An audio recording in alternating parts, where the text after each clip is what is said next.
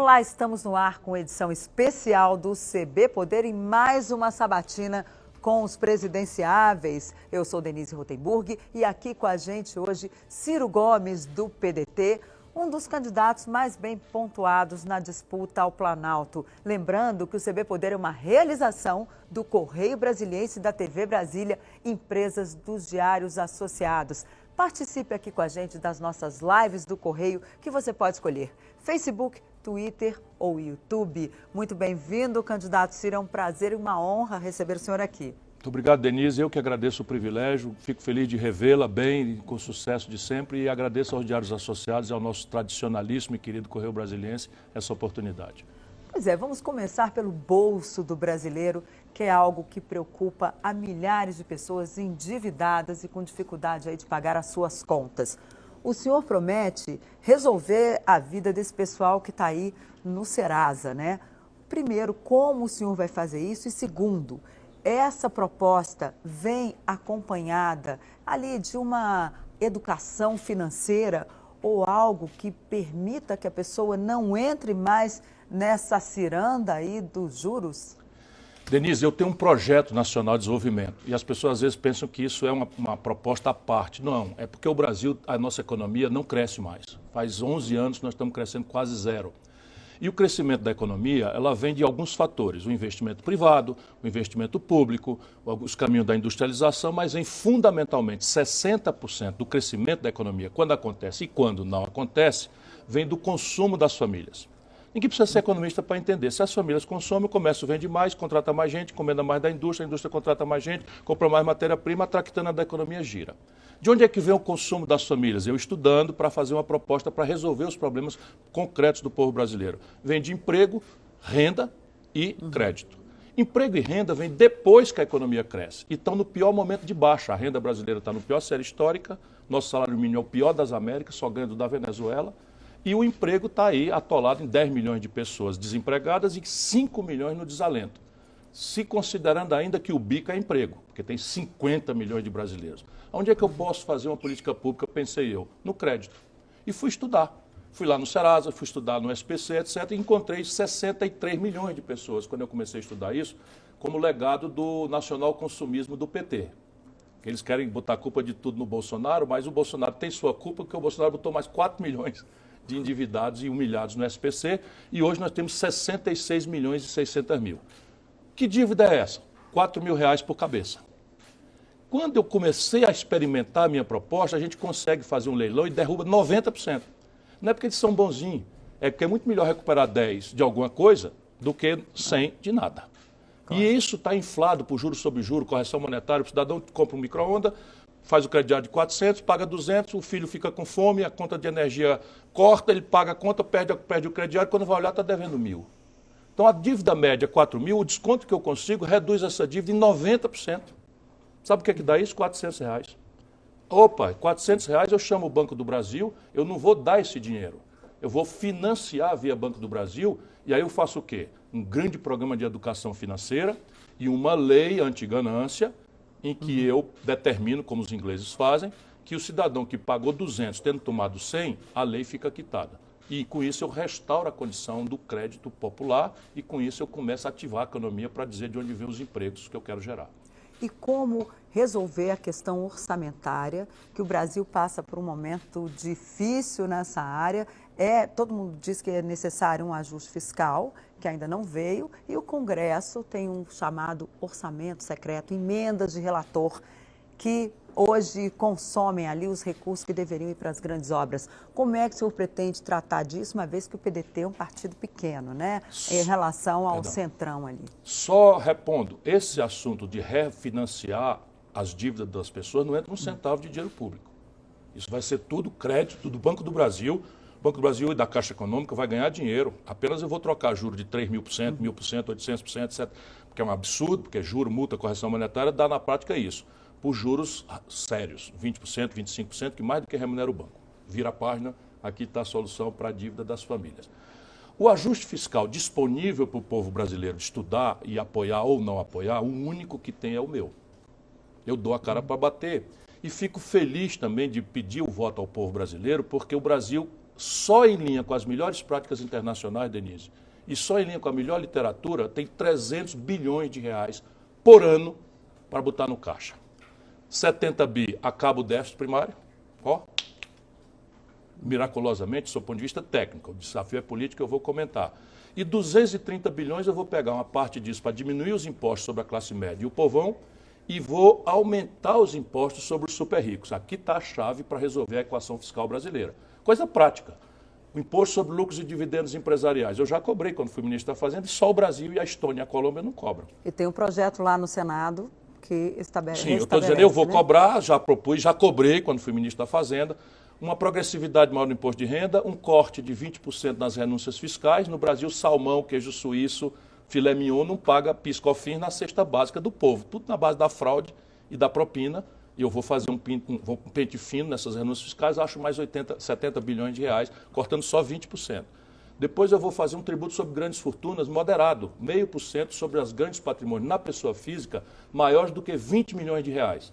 Só 58 mil brasileiros, tamanha concentração de renda, serão elegíveis para esse tributo. Eu arrecado mais 70 bilhões de reais. Mas não corre o risco desse povo levar o que tem para fora do país aí é que e não tá. pagar? Eles querem ver o Satanás e não querem me ver na presidência da República, o sistemão. Por quê? Porque eu sei cobrar.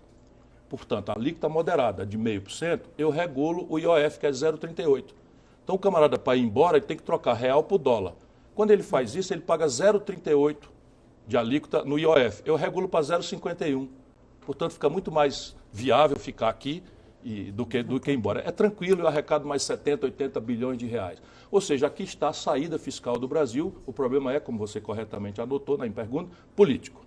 Então, como é a minha ideia? Você tem duas alternativas do Brasil. Fazer o que o Collor, Fernando Henrique, Lula, Dilma e Temer fizeram. Foram caçados ou presos, ou saíram desmoralizados, como é o caso do PSDB, um grande partido que nem sequer participando das eleições nacionais está hoje, tamanha desmoralização, porque o Collor governou com essa gente, foi caçado, o Fernando Henrique governou com essa gente, foi desmoralizado, o Lula governou com essa gente, foi parar na cadeia, a Dilma governou com essa gente, foi caçada, e o Michel Temer governou com essa gente, foi preso, e o Bolsonaro está governando com essa gente e está desmoralizado.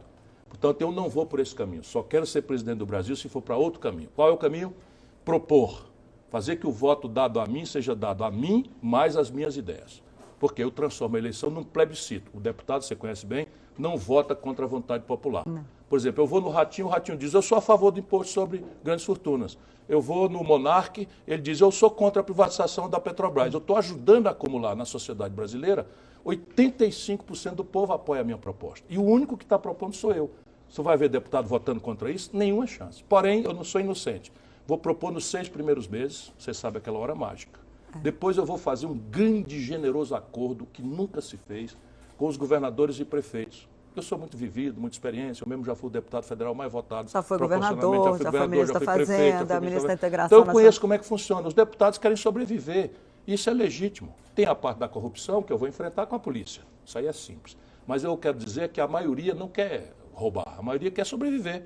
E, infelizmente ou felizmente, o nosso povo julga o bom deputado não é pelo voto dele a favor da reforma, não, é porque ele leva ou não leva uma escolinha lá para a comunidade, um ponto de calçamento, etc. E eu compreendo isso. Como é que eu vou fazer? Eles fazem isso com as emendas. Claramente. Então, eu vou acabar com as emendas, a emenda do relator acaba no primeiro dia, acaba a roubalheira, acaba o toma lá da cá, acaba a transformação da presidência da República em esconderijo de ladrão, como é hoje, esses presidentes todos, e eu vou negociar um generoso acordo de governadores e prefeitos.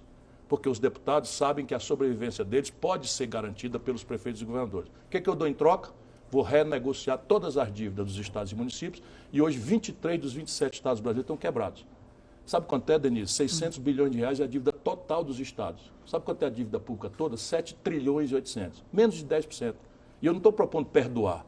Estou propondo fazer o quê? Os americanos chamam Asset Liability Management, que é para poder eu falar para Faria Lima e tal, de um jeito. Mas não é, sabe o quê? Eu vou rolar essa dívida. Ao invés de vencer nos 4 anos do meu governo, eu vou pegar o que vai vencer nos meus 4 anos, vou capitalizar por fim e vou deixar essa prestação na mão do governador em troca de um projeto de investimento que vai gerar empregos, vai ativar a economia, mas vai me permitir negociar no atacado e não no toma lá da cá com os deputados. Persistiu o impasse? Fusível. Plebiscito popular. O deputado está se sentindo desconfortável, tem muito lobby, muita pressão, ele me dá autorização e eu consulto diretamente o povo por um plebiscito que o mundo inteiro saber faz. o que o povo quer, né?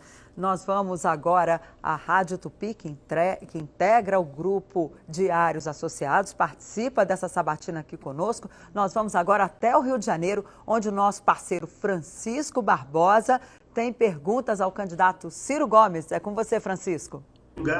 Queria saber se o senhor vai mesmo enfrentar os bancos e as taxas impossíveis de tão grandes para o cidadão, para o trabalhador, para o empreendedor, para o empresário brasileiro. Vou enfrentar sim. Não é por prazer de briga por brigar. É que, de fato, essa é a chave da gente entender. E o problema é que esse sistema financeiro subornou o processo político brasileiro. Então você vê uma briga violenta de Lula e Bolsonaro e os dois têm compromisso com o mesmo modelo de governança política. Se não, acompanha, as pessoas acham que eu estou criticando, eu estou examinando as coisas, que é o papel de um político em campanha. O Lula deu o DENIT para o Valdemar da Costa Neto roubar. Ele foi preso e condenado no Mensalão. E hoje o Valdemar Costa Neto é o presidente do partido do Bolsonaro. Então, esse modelo de governança política que desastrou, nós já examinamos. E na economia? Câmbio flutuante para a meta de inflação, teto de gastos, autonomia do Banco Central, política de preço da Petrobras. Se for assim, e o Lula já se comprometeu. Meu irmão, se você estiver duvidando, você que tem inclinação pelo Lula, eu respeito. Mas vá lá na internet e veja no Google, Lula, Banco Central, Bolsonaro. Está lá, o Lula se comprometeu de manter a diretoria do Banco Central do Bolsonaro. Ora, isso quer dizer que juro, câmbio, imposto, vai ficar tudo igual. Ele já disse que não vai fazer reforma tributária e quer mudar o Brasil. Mudar Ele como? não apresentou a proposta econômica Não dele. tem proposta nenhuma, mas aquilo que interessa, que é o comprometimento dele, estava lá o Meirelles. Meirelles e Boulos. Você acha que quem dos dois está sendo enganado? O Meirelles? Quem que o senhor acha? É claro que é o Boulos, que é um patinho manipulado, como o Lula faz, como é um encantador de serpente e tal. E o Meirelles é o homem do modelo econômico, é o homem do teto de gastos. É o homem que agora está dizendo, vamos completar agora com a reforma administrativa radical e com a destruição das estatais. É isso que está proposto e sim, está se produzindo o maior estelionato eleitoral da história. Mas a resposta é, como fazer para resolver esse problema dos bancos? Primeiro, são dois movimentos, um de curto e outro de médio prazo. Do curto prazo, é um trato de descartelização. Denise, enquanto faz retórica de esquerda, o PT concentrou na mão de 5 bancos 85% de todas as transações financeiras do Brasil.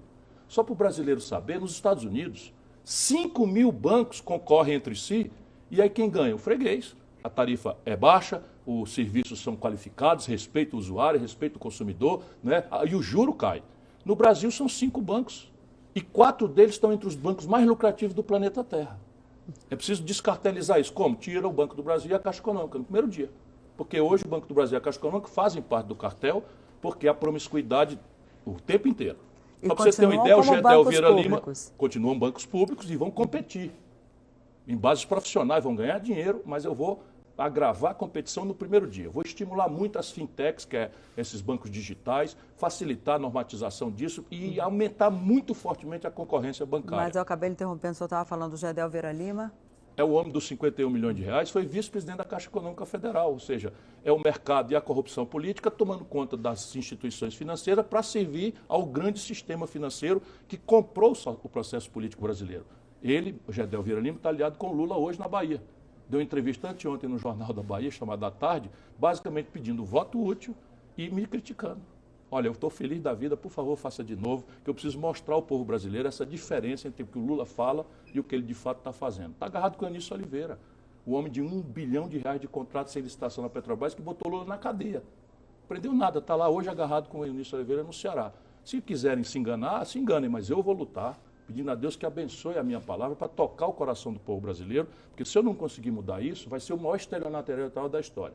Mas eu lhe prometi uma ação de prazo médio nos bancos. Por que o juro brasileiro é há 30 anos o mais alto do mundo? Fundamentalmente essa coisa de cartel, mas a outra razão é que o governo brasileiro é desequilibrado. Então, se eu tenho uma grande demanda para financiar a dívida pública, o preço do dinheiro, que é o juro, sobe. E se eu fizer um conserto da conta pública de maneira que o governo não precise mais ir ao mercado todo dia para fechar a sua conta, o preço do dinheiro, que é o juro, cai consistentemente. E isso é o que eu propus naqueles 300 bilhões da pergunta anterior de como fazer a reforma fiscal. Lamento, é a única proposta disponível. Pode ser boa, pode ser ruim, mas é a única. Agora, em relação aos servidores públicos, o que eles podem esperar de um possível governo Ciro Gomes? Primeiro de tudo, respeito. Né? Respeito e diálogo. Eu já fui prefeito e governador. Perguntem como eu fiz. O que eu fiz? Eu mostrei para eles que eu não era patrão de ninguém, que eu era apenas o gerente de uma grande orquestra que tinha que render o máximo para qualificar o serviço que o nosso povo, pagante dos impostos, espera de nós. Então, o que eu criei? É um conflito. Eles querem aumentar salário, querem melhorar as condições de trabalho, e isso é absolutamente humano para um cara que tem história de classe média como eu. Então, é justíssimo. Mas o dinheiro nem sempre dá. Então, em vez da gente reprimir, eu criei um fórum, que é o que eu vou fazer. Vou criar um fórum permanente de negociação. Todas as entidades dos servidores públicos farão parte disso. As primeiras reuniões, eu pessoalmente, como presidente da República, vou presidir e estabelecer critérios, porque se não dá para melhorar a vida de todo mundo de uma vez só, eles têm razoabilidade, vamos fazer uma escala de prioridade, vai a polícia agora, vai o médico depois, vai o professor antes. E no caso meu, eu vou forçar a mão para ser professor antes, eu vou criar um grande fundo para complementação salarial dos professores municipais, estaduais, em direção a fazer uma revolução na educação que estamos fazendo no Ceará. Porém, a grande questão do servidor público é que nós temos que fazer um esforço de digitalizar o governo. O Brasil é um governo analógico, muito papel, muita burocracia, muita fragilidade, muito desapreço ao usuário, e eu vou então digitalizar radicalmente o governo. Vai ser um governo de e-government. Todo o relacionamento possível que a sociedade precisar ter com o governo vai ser simplificado e vai ser feito home office, em casa, pela internet, com as criptografias necessárias. E o usuário do serviço público será convidado a avaliar o desempenho do serviço público e, com o bom desempenho, será premiado. Nós já fazemos isso no Ceará e funciona. Nós não vamos punir ninguém, mas quem atingir scores ótimos, bem avaliados, de satisfação do usuário nas hospitais, nas escolas, etc., na polícia, vai ter uma remuneração adicional. Agora, antes do senhor conseguir empreender toda essa proposta, o senhor tem que vencer as eleições. E simples, a gente está vendo aí, olhando o país inteiro, a gente vê que um Estado que é fundamental, todo presidente, quem ganhou, todo candidato vencedor ganha em Minas Gerais. O seu candidato lá, que era Miguel Correia, desistiu.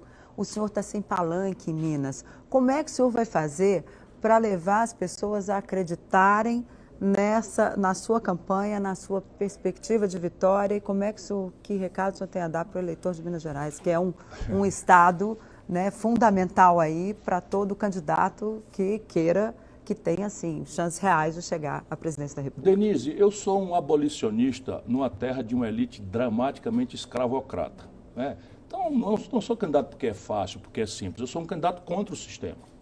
Para valer, concretamente, aqui estão os números. O Brasil é um paraíso fiscal dos super ricos, o Brasil é um país que mais paga juros, 4 dos 10 bancos mais lucrativos do mundo são no Brasil, e eles compraram o sistema político. Se você botar a briga do Lula com o Bolsonaro, é para ver quem pega na manivela. Bolsonaro é um malcriado, é um bruto, é um grosseiro, é um fascistoide. Ok, o Lula é uma pessoa mais afável, mais delicada, mais coisa, é óbvio. Porém, passou daí, é tudo igual. Modelo de governança política, modelo de economia, rigorosamente a mesma coisa. E eu quero mudar. Então, veja, em Minas Gerais, nós temos um candidato. O PDT apoiou o PSDB lá. Fizemos uma aliança, o doutor Marcos Pestana é o candidato, que não está com desempenho brilhante na pesquisa, mas Minas gosta também de surpreender as pessoas, né? Fez isso na eleição passada, Zema, né? Que estavam os dois lá. Então, eu estou aguardando que Minas seja Minas. Mas deixa eu lhe dizer, eu não sou candidato porque é fácil. Eu sou candidato porque é necessário. É o único que está contestando o sistema, o único que tem uma proposta com começo, meio e fim, é o único que diz de onde vem o dinheiro, é o único que dá ao povo a cara para bater. E a turma vai querer comer o meu fígado. Eles preferem o sistema, o Satanás, do que eu ser o presidente do Brasil. Portanto, eu estou propondo uma revolução. E não será uma coisa simples nem trivial. Eu espero ainda muito ter o apoio da imensa maioria do povo brasileiro. É porque eu sou bobo? Eu quero enganar os eleitores? Não, é dificílimo, mas muito difícil. Agora eu faço o quê? Eu estou fazendo o que faz um bom centroavante. Eu me desloco, sabe? Eu atraio o marcador, eu chamo a bola, eu saio da linha de impedimento. Se passar a bola, o gol vai ser de placa. Se não passar a bola, eu vou fazer aquela tradicional entrevista.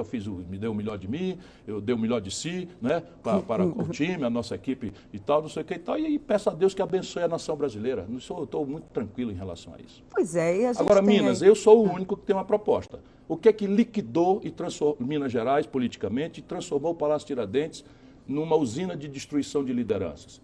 A dívida. Então, hoje você tem, Minas Gerais está pendurado em liminar para não pagar a dívida. Eu sou o único que, entendendo isso, eu conheço os ativos da Codemig.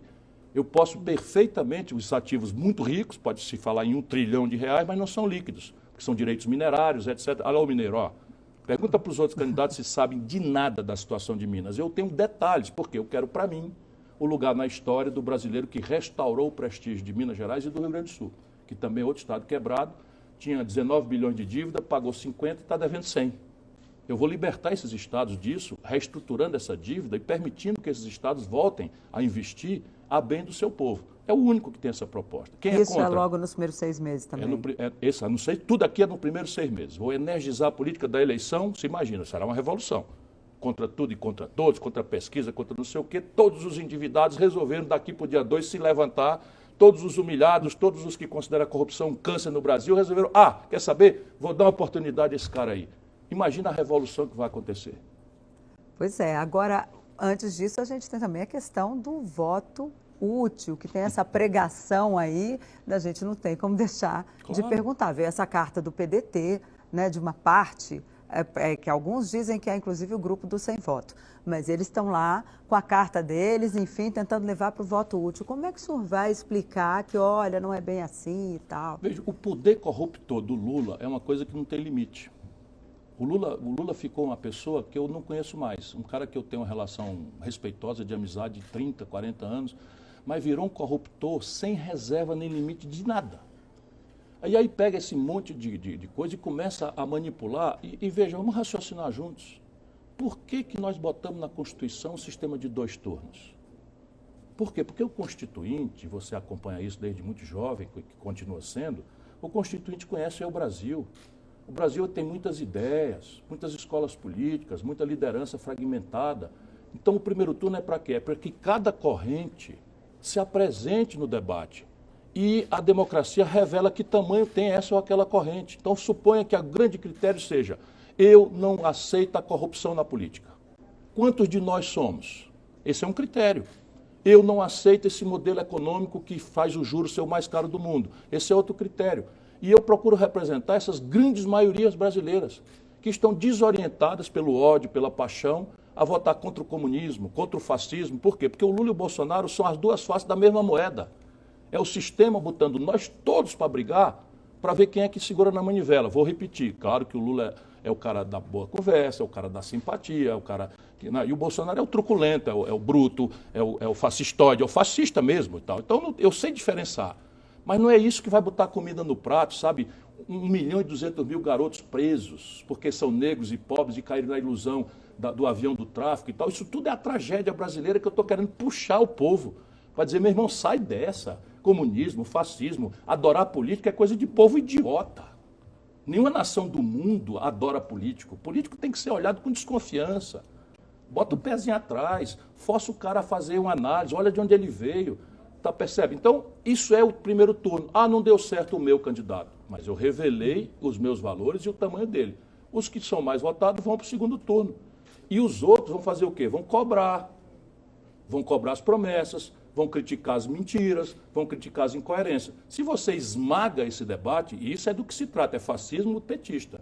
É para aniquilar a oposição, aniquilar a voz, e é a minha voz. Se você reparar, eles não fazem essa campanha sórdida nos eleitores da Simone. Por quê? Porque a Simone, sendo uma pessoa boa, respeitável, eu gosto dela, é comprometida com o modelo também. Ou seja, mas eles estão tentando aí vir com essa coisa de dar primeiro turno. Minha irmã querida, como é que o senhor vai fazer aí nos próximos democracia, dias? Se você acerta o voto, ganha de voto. Se você erra o voto, você se ferra. Eu estava lá em 18 dizendo, olha, a solução para a tragédia do Lula e do PT não é esse Haddad. Esse cara acabou de perder a reeleição em São Paulo. Esse cara é mais do mesmo. Esse cara tem compromisso com a corrupção orgânica da quadrilha em que se transformou a direção do PT. E o Bolsonaro é mentira, o Bolsonaro nunca foi moralizador de nada, o Bolsonaro roubava dinheiro da gasolina no seu gabinete. Eu estava lá em 18. Conseguiu, o sistema conseguiu empacotar o Bolsonaro como moralizador da esculhambação do PT e eu estou aqui, limpo, sabe, respeitado, nunca respondi por um inquérito, nem para ser absolvido, e o povo brasileiro que decida, com a bênção de Deus, se é melhor repetir mais do mesmo, minha irmã, dar na mesma.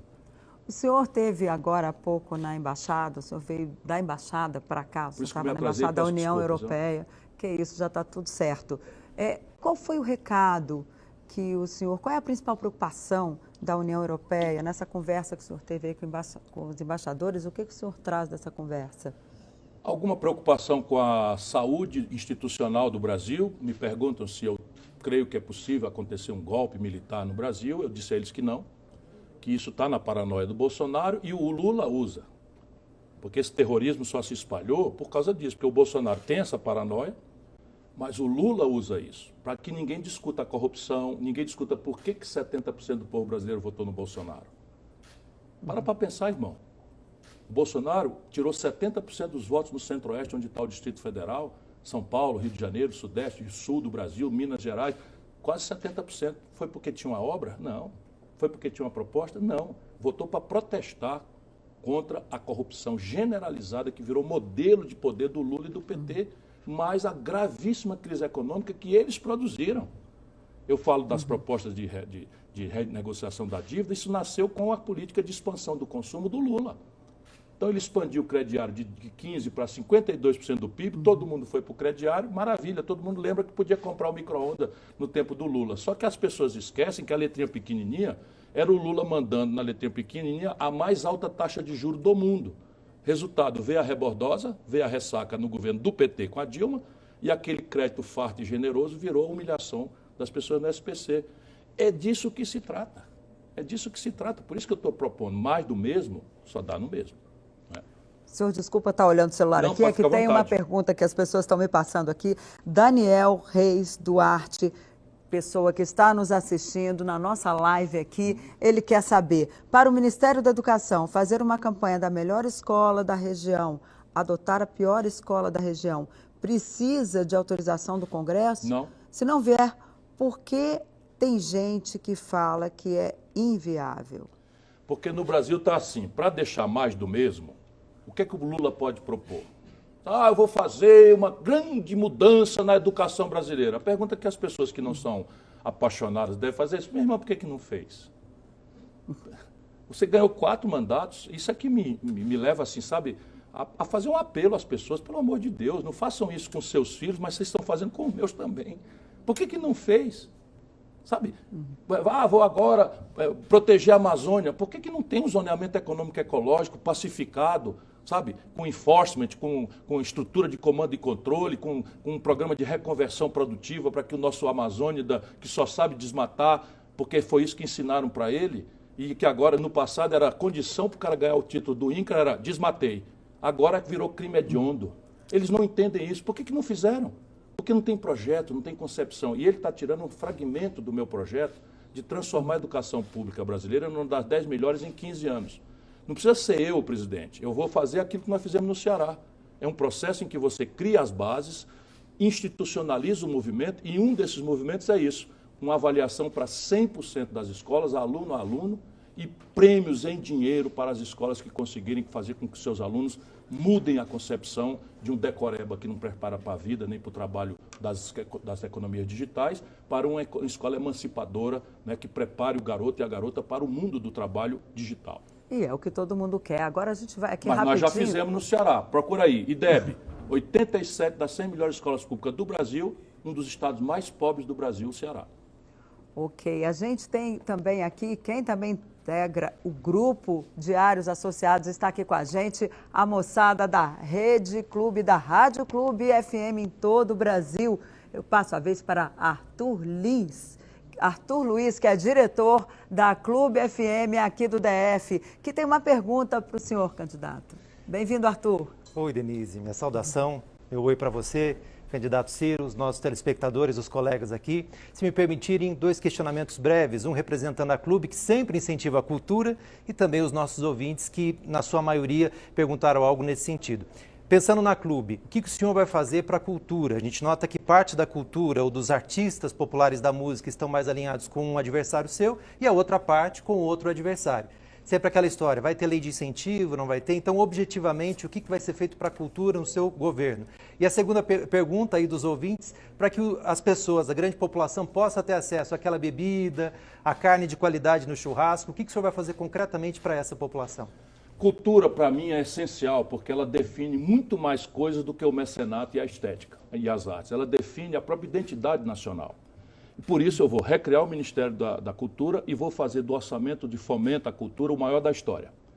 Essa é a minha tradição. Eu, por exemplo, fiz o Centro Dragão do Mar no Ceará, saí antes para ser ministro da inauguração, o Tasso inaugurou, mas eu fiz, né, como uma estrutura de fomento de escola de artes e ofícios, etc, etc, formação de plateia. Eu tenho muita intimidade com esse assunto. E, basicamente, nós precisamos dar um passo adiante das leis de fomento, que é o seguinte: as leis de fomento, Lei Rouanet, etc, etc, elas foram adulteradas ao longo do tempo e, praticamente, elas só financiam hoje as expressões estéticas e culturais de retorno comercial. E nós precisamos fomentar o experimentalismo estético, experimentalismo artístico e cultural. Nós temos que chegar na periferia, sabe? Está acontecendo uma explosão de iniciativas na cultura popular, de hip hop, de grafite, coisas que eu tenho visitado bastante bem, e eu quero fazer um Fundo Nacional de Cultura adaptado para que uma fração desse dinheiro seja para essas expressões de não retorno comercial, embora o orçamento para tudo vai ser, eu vou buscar, e isso é a meta do meu projeto, será o maior orçamento de fomento à cultura da história do Brasil. Porque é necessário, o Brasil está se desestruturando como identidade nacional. Nossos hábitos de alimento, nossos hábitos de vestir, nosso sotaque está se pasteurizando, e eu quero, inclusive, gradualmente fazer com que as redes nacionais comecem a forçosamente, por lei, a abrir nichos crescentes, graduais, porque isso não pode ser feito do dia para a noite, de produção local, tanto de noticiário quanto e especialmente de produção cultural, para restaurar nossas diversas identidades nacionais, as expressões de um Brasil regional que é extraordinariamente lindo. Eu agora tive nas comemorações da Farroupilha, do acampamento Farroupilha. Aquilo é uma preciosidade, não é? que vai ser extinta se a gente não proteger essas coisas todas. Lá, Parintins, aquela coisa linda que é uma festa que o mundo inteiro admira, poucos brasileiros conhecem. Enfim, eu quero criar essa dinâmica de regionalização da produção cultural e jornalística. Como também vou financiar cooperativas de produtores culturais, cooperativas de jornalistas, para disseminar a democratização da informação, na medida em que regulação de mídia que o Lula propõe é uma aberração que eu não aceito. Então, a segunda questão que você me fez, desculpa, eu dispersei, porque eu amo a questão da cultura. A picanha. Veja, no final de semana. Cerveja e picanha não é conversa fiada do Lula. Cerveja e picanha é consequência de uma pequena sobra no rendimento do trabalho. E eu estou com uma proposta que é muito audaciosa, mas também diz de onde vem o dinheiro. Primeiro, eu quero banir a pobreza do lar de 24 milhões de famílias brasileiras, onde ela está hoje. Como fazer isso? Qual é a definição de pobreza, sob o ponto de vista individual? Rendimento igual ou inferior a R$ 471 por cabeça dentro do domicílio por mês. Eu achei 24 milhões de famílias e 24 milhões e 300 mil famílias. E eu criei então um programa de renda mínima, que eu dei o nome Eduardo Suplicy, porque eu não gosto de copiar a proposta dos outros e não fazer a homenagem. O Eduardo Suplicy é o campeão desse programa de renda mínima e por causa dele eu me dediquei a estudar e a viabilizar esse programa que eu estou propondo agora. Então a ideia é que dentro de uma família, vamos supor, para dar um exemplo melhor do que a explicação, uma pessoa ganha um salário mínimo, com carteira assinada é para todo mundo, R$ 1.200, porém tem três filhos, ou a mulher e 2 filhos. Significa que o homem ganha 1.200, ou a mulher, e 3 bocas não ganham nada. 1.200 dividido por 4, R$ 300. Faltam, portanto, R$ 172 para cada pessoa dessa daqui atingir a linha de pobreza. O programa vai dar esses R$ 172. Portanto, ele é flexível, não é como Bolsa Família, nem como Auxílio Brasil, e vale para todo mundo, dentro do CAD único e tal. Como é que a gente financia isso? Financia como? Pegando todos os programas de transferência de renda, Bolsa Família antigo, agora Auxílio Brasil, Aposentadoria Rural, BPC, sempre garantindo que ninguém perde nada. O BPC na família é R$ 1.300, mas tem 5 membros. Ou R$ 1.500, mas tem 5 membros. 1.500 dividido por 5 dá 100. Né? 1.500 dividido por 5 dá 300. Falta quanto para 472? 272. Vezes 5, vai ser esse o complemento. Então, isso daqui, juntando, falta 80 bilhões. Eu quero vincular a arrecadação do imposto sobre grandes fortunas de 0,5% sobre os patrimônios na pessoa física iguais ou maiores a 20 milhões de reais. De maneira que cada super rico no Brasil vai financiar o fim da pobreza em 871 brasileiros humildes. Isto permite que a fome, as necessidades básicas sejam extintas. Tudo mais que o cidadão ganhar, aí será para a cervejinha e para os outros luxos. Agora, o senhor a gente teve Gustavo Petro na ONU, anteontem, melhor dizendo, na terça-feira, falando de acabar com a guerra contra as drogas, né? A Colômbia, a gente sabe, é um grande produtor de cocaína e ele conclamou os países da América Latina a seguir por esse caminho, acabar com a guerra contra as drogas. O senhor entraria nisso se o senhor fosse eleito? Sim. Porém, eu entro com as cautelas necessárias da brasilidade que eu amo e à qual eu pertenço. Esse é um assunto que a humanidade não conseguiu resolver uma equação para dizer, então, aquele país ali resolveu, vamos imitar aquele país. Não, não existe. Tolerância zero não funcionou, guerra contra as drogas virou uma tragédia. No Brasil, Denise, deixa eu dizer de novo os números, que as pessoas querem bater no carteiro, mas leiam a carta. O Lula, quando tomou posse, o Brasil tinha 280 mil pessoas aprisionadas no sistema penitenciário. O Lula inventou uma lei copiada dos americanos, por pressão dos americanos, a Lei 13.343, que é a guerra contra as drogas no Brasil, criminalizando o avião, que é a gíria da periferia, que é o menininho que não cometeu nenhuma violência, mas que caiu na ilusão de pegar uma renda para levar um pacotinho de cocaína, um trouxa de maconha ou uma pedra de crack, etc. Pois bem, sabe qual é a população carcerária brasileira hoje, a partir desta lei? 1.200.000 pessoas, quase todos pobres, quase todos negros, quase todos jovens, para imitar o verso do extraordinário Caetano Veloso.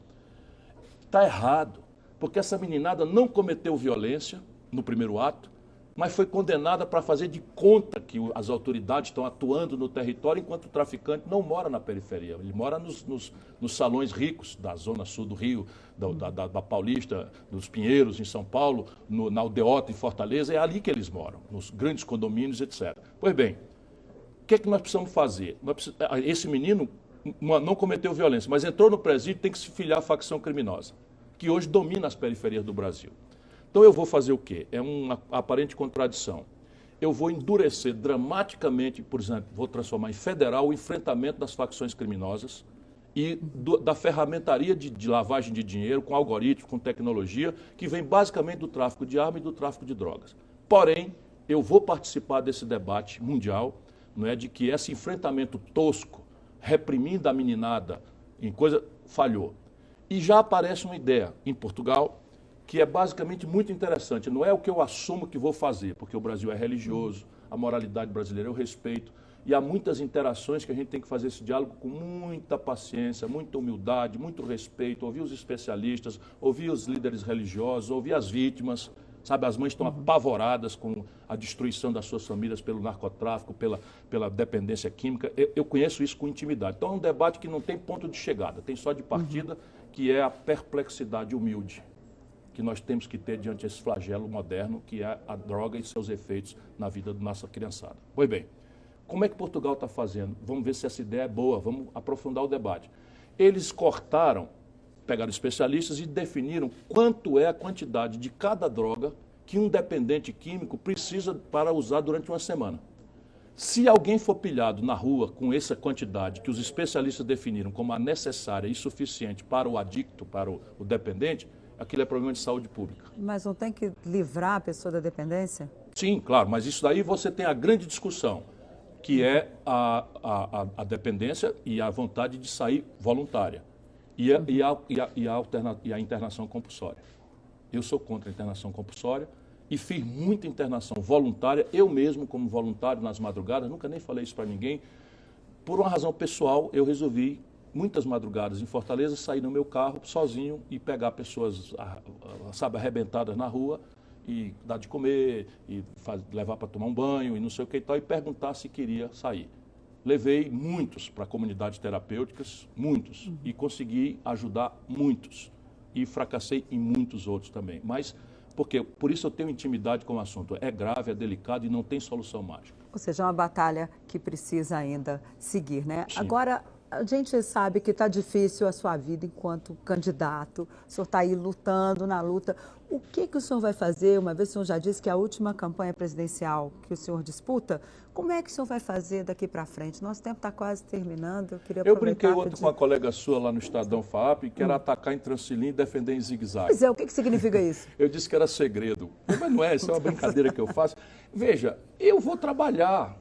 Acordar cedo, hoje eu acordei 5 horas da manhã, peguei um avião em São Paulo, desci em Brasília, fui nos embaixadores, estou aqui, vou dar uma entrevista para o antagonista daqui a pouco, vou dormir em São Paulo, amanhã me preparo para o debate e tal, e vou nos debates e vou fazer o que eu posso fazer. sabe, com paz no coração. E eu o segundo turno o senhor apoia quem? Estou muito chocado com a falta de escrúpulo do Lula e do PT. Estou muito chocado. Olha, é impressionante chega a ser. Eu me sinto como um cara objeto de extermínio. Eles não querem me derrotar, eles querem me exterminar. Percebe? Cara, sabe, quase 40 anos de ajudar esses vagabundos. Quase 40 anos de ajuda neles. Não houve uma parada. Sabe, quando o filho do Lula se enrolou no escândalo da Game Corp, nunca contei isso para ninguém, fui eu que fui lá ver o que é que podia fazer e tal. Percebe? Não tem respeito nem pudor, sabe? São nazistas mesmo.